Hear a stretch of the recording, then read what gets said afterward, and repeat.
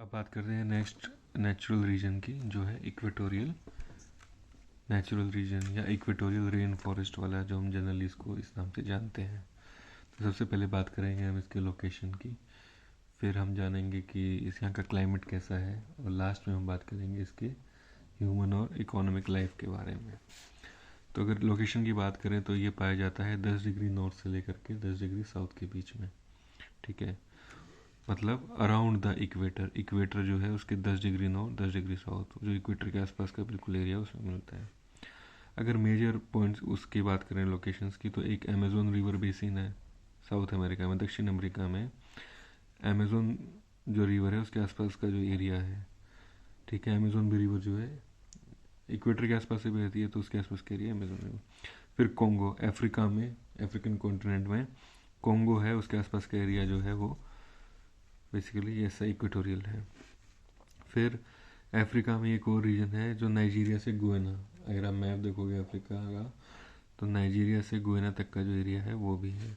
ऐसे ही east Indies, ठीक है, साउथ ईस्ट एशिया, ऐसे ही इंडो मलेशियन रीजन। तो इंडो का मतलब इंडिया का कौन सा पार्ट, कुछ पार्ट जो अंडमान निकोबार आइलैंड्स है, और मलेशिया के आसपास मलाय पेनिनसुला बोलते हैं उसको, तो वहाँ पे आपको मिलेगा जावा, ये आइलैंड्स हैं वहाँ पे, ये दोनों इंडोनेशिया के हैं, जावा, सुमात्रा। फिर मलेशिया कंट्री है, बोर्नियो एक कंट्री है। तो इन एरियाज़ में आपको इक्वेटर टाइप को क्लाइमेट मिलेगा।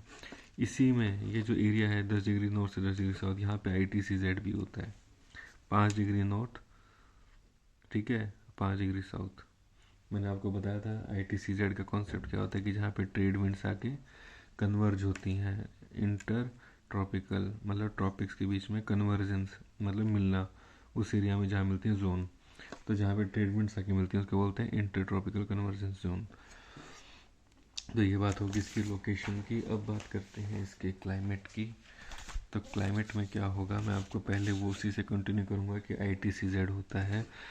तो ITCZ में क्या होगा कि ट्रेड विंड्स आके मिल रही हैं दोनों तरफ से, नॉर्थ से भी साउथ से भी, तो दोनों इधर से भी मिल रही हैं इधर से भी मिल रही हैं।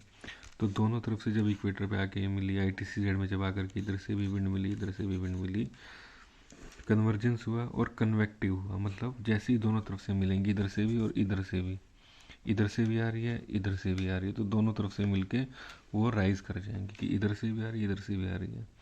तो जैसे ही टकराएंगी वो राइज कर जाएंगी, ऊपर उठ जाएंगी ऐसे, ठीक है, तो कन्वेक्टिव। और जैसे ऊपर जाएंगी ठंडी होकर के बारिश कर देंगी।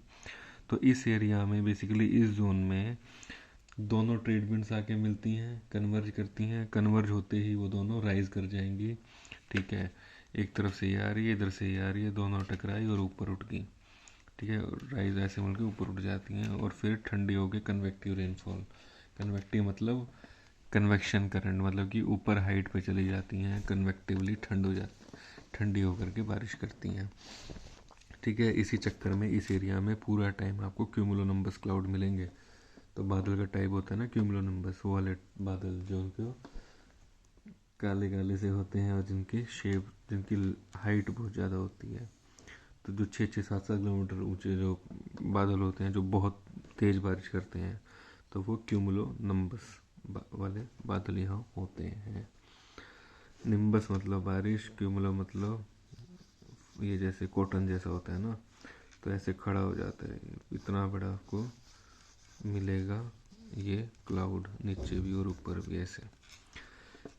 तो अब आप देखोगे कि इसी में बारिश तो वहाँ डेली होती है, ठीक है, डेली 2 बजे से 4 बजे के बीच में दिन में बारिश होती है, ठीक है, क्योंकि उस टाइम पे गर्मी इतनी बढ़ जाती है और ये कन्वेक्शन इतना हो जाता है कि डेली बारिश होगी। लेकिन हमने देखा कि एक पैटर्न है इसमें भी, ठीक है। पैटर्न क्या है कि जब ITCZ, ठीक है, जब माइग्रेट करता है उसके हिसाब से यहाँ की बारिश भी कम ज़्यादा होती है। तो एक चीज़ देखो, जब मार्च में सबसे ज़्यादा रेनफॉल है तब कहाँ है, ITCZ इक्वेटर पे है, ठीक है। फिर ये इक्वेटर से चला गया नॉर्थ हेमिस्फीयर में 23.5 डिग्री नॉर्थ पे, ट्रॉपिक ऑफ कैंसर पे, तो रेनफॉल कम होती जा रही है। फिर जब ये इक्वेटर पे आएगा, कम होती जा रही थी क्योंकि नॉर्थ हेमिस्फीयर में जा रहा था। जैसे ही इक्वेटर पे गया, जैसे ही इक्वेटर पे गया वापस रेनफॉल बढ़ रही है। फिर जैसे इक्वेटर से दूर जा रहा है फिर ये घट गई। तो जब जब ये इक्वेटर पे है तब रेनफॉल ज़्यादा है, बढ़ रही है उस टाइम पे। जैसे जैसे इक्वेटर से दूर जा रहा है ITCZ, वैसे वैसे रेनफॉल कम हो रही है। बात अगर टेम्परेचर की करें तो पूरे साल वही 25-27 डिग्री के आसपास का टेम्परेचर है। 2 डिग्री का फ़र्क आता है पूरे साल में, कभी 2 डिग्री कम, कभी 2 डिग्री ज़्यादा, अदरवाइज वही 26-27 डिग्री का टेम्परेचर रहता है। यूनिफॉर्म टेम्परेचर थ्रू आउट, पूरे साल सेम टेम्परेचर 27 डिग्री। ठीक है, कोई रेंज नहीं है, 1-2 डिग्री की रेंज है, कोई रेंज नहीं होती। ठीक है, फिर क्या है, लेंथ ऑफ द डेज। पूरे साल जो लेंथ होता है लगभग 12 घंटे का दिन और 12 घंटे की रात, ये चलता है। हल्का फुल्का फ़र्क आता है, वो भी ITCZ की मूवमेंट के साथ। ठीक है, अब बात करते हैं कैसा है। तो ये एरिया ऐसा है जहाँ पे टेम्परेचर पूरे साल हाई रहता है, 27-28 डिग्री। पूरे साल रेनफॉल होती है, डेली रेनफॉल होती है 2 घंटा। जब हाई टेम्परेचर और हाई रेनफॉल होगा तो बायोडाइवर्सिटी, जैव विविधता बहुत ज़्यादा हाई होगी, इसलिए हाई बायोडाइवर्सिटी है, जैव विविधता बहुत ज़्यादा है। अगर हम बात करें जंगल की, तो जंगल का ऐसा स्ट्रक्चर होता है कि ग्राउंड पे कोई लाइट नहीं पहुँचती, complete darkness at the ground level, क्योंकि जंगल इतने घने जंगल होते हैं कि नीचे तक लाइट नहीं पहुँच सकती। ना नीचे लाइट होती, ना नीचे हवा होती, और जब हवा नहीं होगी, पानी भी पूरी तरीके से नहीं पहुँचेगा, मॉइस्चर बहुत ज़्यादा होता है। ठीक है, क्योंकि नीचे लाइट जा नहीं रही, टेम्परेचर बढ़ नहीं रहा, ना हवा चल रही है, तो जो पानी नीचे, बारिश का जो पानी नीचे पहुँच गया वो नीचे ही जमा रह जाता है, तो मॉइस्चर ज़्यादा होता है, पानी भरा रहता है, वेजिटेशन वनस्पति कुछ है ही नहीं। तो देख लिया आपने किस तरह का यहाँ एरिया है। तो ये वो एरिया है जहाँ पर कि टेम्परेचर पूरा साल हाई रहता है, 27 डिग्री रहता है।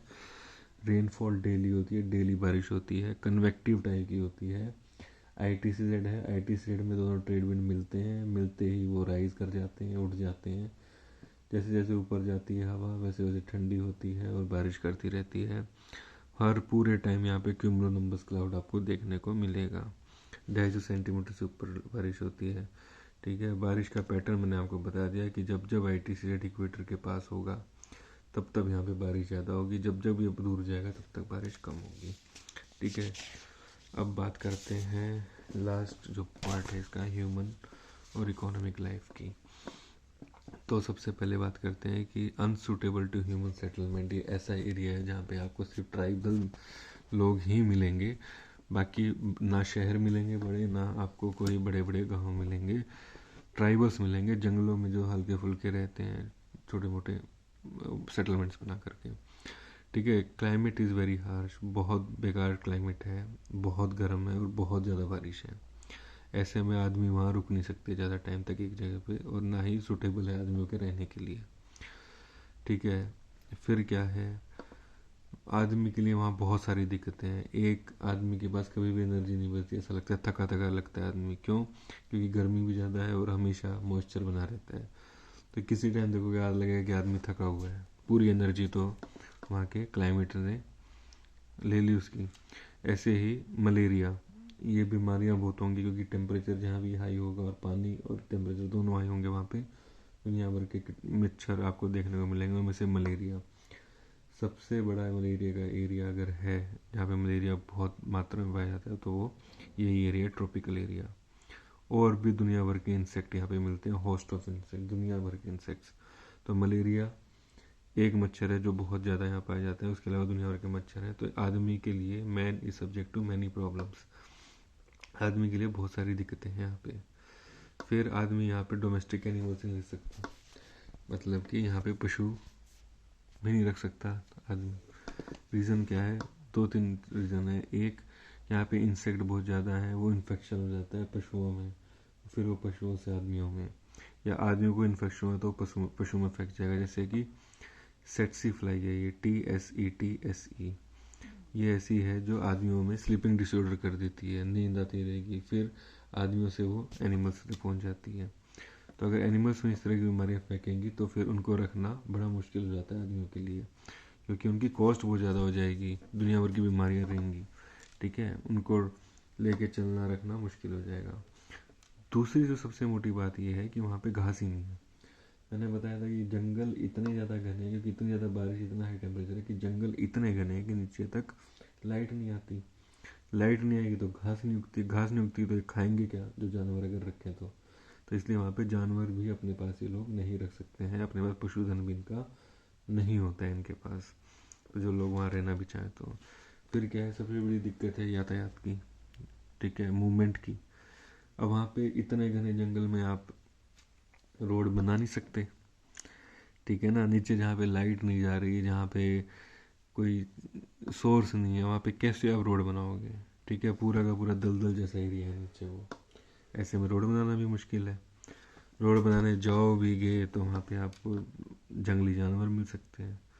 इतने घने जंगल में तो आप किस किस को मारोगे, उनको मार के तो आप रोड बना पाओगे, तो जंगल में तो कुछ भी मिल सकता है। ऐसे में कंस्ट्रक्शन भी डिफ़िकल्ट है। मान लो आपने एक एरिया क्लियर कर दिया, एक जंगल साफ कर दिया एक एरिया की, भाई हम रोड निकालेंगे, ठीक है। जैसे ही आप आगे बढ़ोगे उस रोड की, हमने वहाँ रोड बना दिया, तो वहाँ पे पता लगा 2 साल में फिर से पूरा जंगल बन गया, क्योंकि इतना हाई टेम्परेचर है, इतनी हाई रेनफॉल है कि वहाँ जंगल बनने में टाइम नहीं लगेगा, 2 साल में वहाँ दोबारा जंगल खड़ा हो जाएगा। तो ऐसे में वहाँ पे रोड बनाना बड़ा मुश्किल काम है, ठीक है। तो ये क्या हुआ कि आदमियों के रहने के लिए जगह ठीक नहीं है, क्योंकि वहाँ का टेम्परेचर इतना ज़्यादा हार्श है, इतनी गर्मी है और इतना ही वहाँ मॉइस्चर है। और भी बहुत सारी दिक्कतें हैं। एक दिक्कत है कि वहाँ पे आदमी हमेशा लिटल ऑफ एनर्जी रहता है, एनर्जी उसमें कम रहती है, क्योंकि वहाँ का क्लाइमेट इस तरीके का है। बीमारियाँ, दुनिया भर के इन्फेक्शन और दुनिया भर के इंसेक्ट्स वहाँ पे हैं। मलेरिया वहाँ सबसे ज़्यादा मिलता है, और भी दुनिया होस्ट ऑफ अदर इंसेक्ट्स भी हैं। वहाँ पे आप पशुधन रख नहीं सकते, ठीक है। क्यों?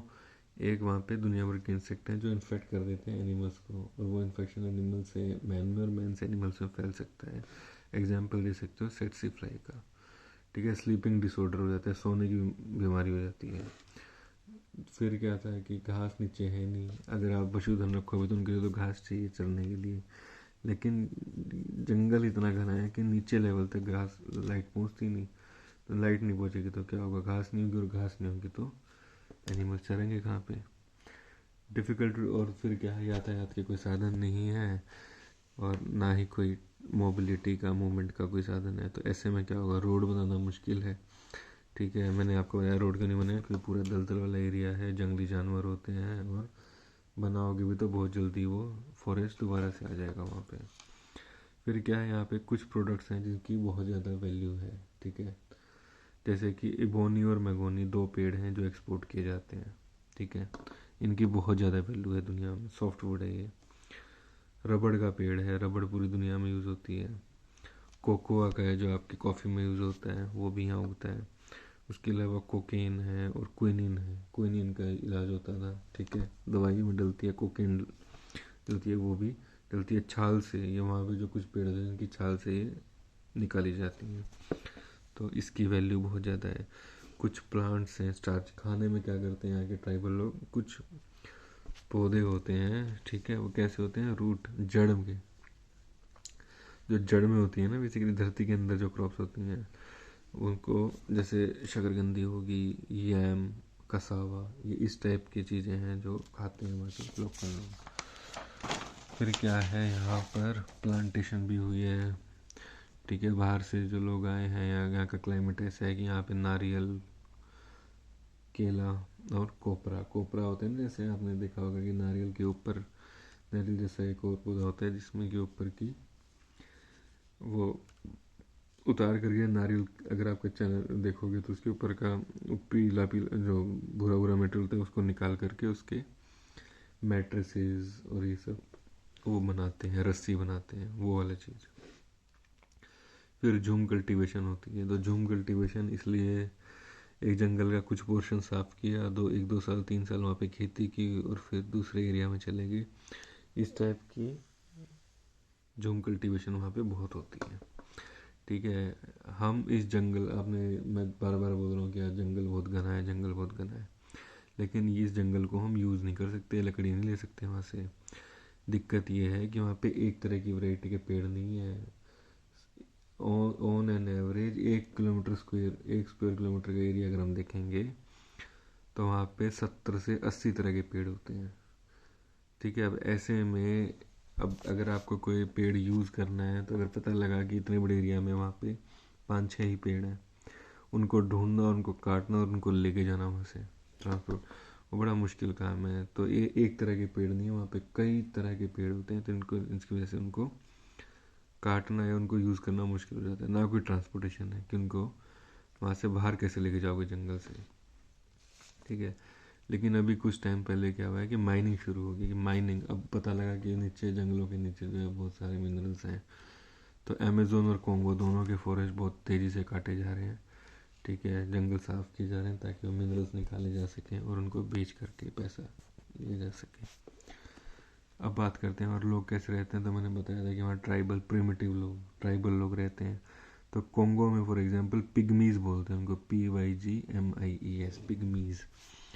कैसे होते हैं ये, शॉर्ट हाइट इनकी कम होती है, ठीक है, 40 किलो के आसपास इनका वजन होता है, ठीक है। छोटे छोटे गांव में रहते हैं, 10 से 15 घर इकट्ठे, ठीक है। पूरा टाइम क्या करते हैं, हंटिंग, फिशिंग, गैदरिंग, मतलब कि या तो बेसिकली हंटिंग करते हैं, ठीक है, जानवरों को मारते हैं खाते हैं, या गैदरिंग करते हैं कि पेड़ों से फल फ्रूट तोड़े, उन इकट्ठा किए, इधर से उधर चले, या फिशिंग करते हैं, ठीक है। तो कोई भी स्टेबल लाइफ नहीं है, एक जगह नहीं टिकते हैं, एक जगह से दूसरी जगह में मूव करते रहते हैं, ठीक है। हंटिंग करते रहते हैं, फूड गैदर पेड़ों से तोड़ लेकर इकट्ठे करते रहते हैं, या फिशिंग करते रहते हैं। रहते कहाँ पे, हाउसेज इनके ट्रीज पे, पेड़ों के ऊपर रहते हैं। क्यों? क्योंकि एक तो एनिमल से बचा जा सकता है, दूसरा रेन वाटर से, कि नीचे पानी इकट्ठा हो जाता है बहुत जल्दी, कि बारिश बहुत होती है ना, तो पानी से नीचे इकट्ठा, उससे बच जाओगे, और एनिमल्स और जानवरों से बच जाओगे। कपड़े कैसे पहनते हैं ये, एनिमल की स्किन के, या फिर पत्तों के, या फिर छाल के, पेड़ की छाल के या पत्तों के, या फिर एनिमल स्किन, इनके कपड़े पहनते हैं। हंटर बहुत अच्छे होते हैं, ठीक है, हंटिंग करना, इनको शिकार करना बहुत अच्छे से आता है, ठीक है। धनुष बाण और ये सब भाला लेकर के ये लोग चलते हैं हमेशा, ठीक है। तो ये क्या करते हैं, हंटर्स बहुत अच्छे होते हैं। तो ये है इक्वेटोरियल रीजन।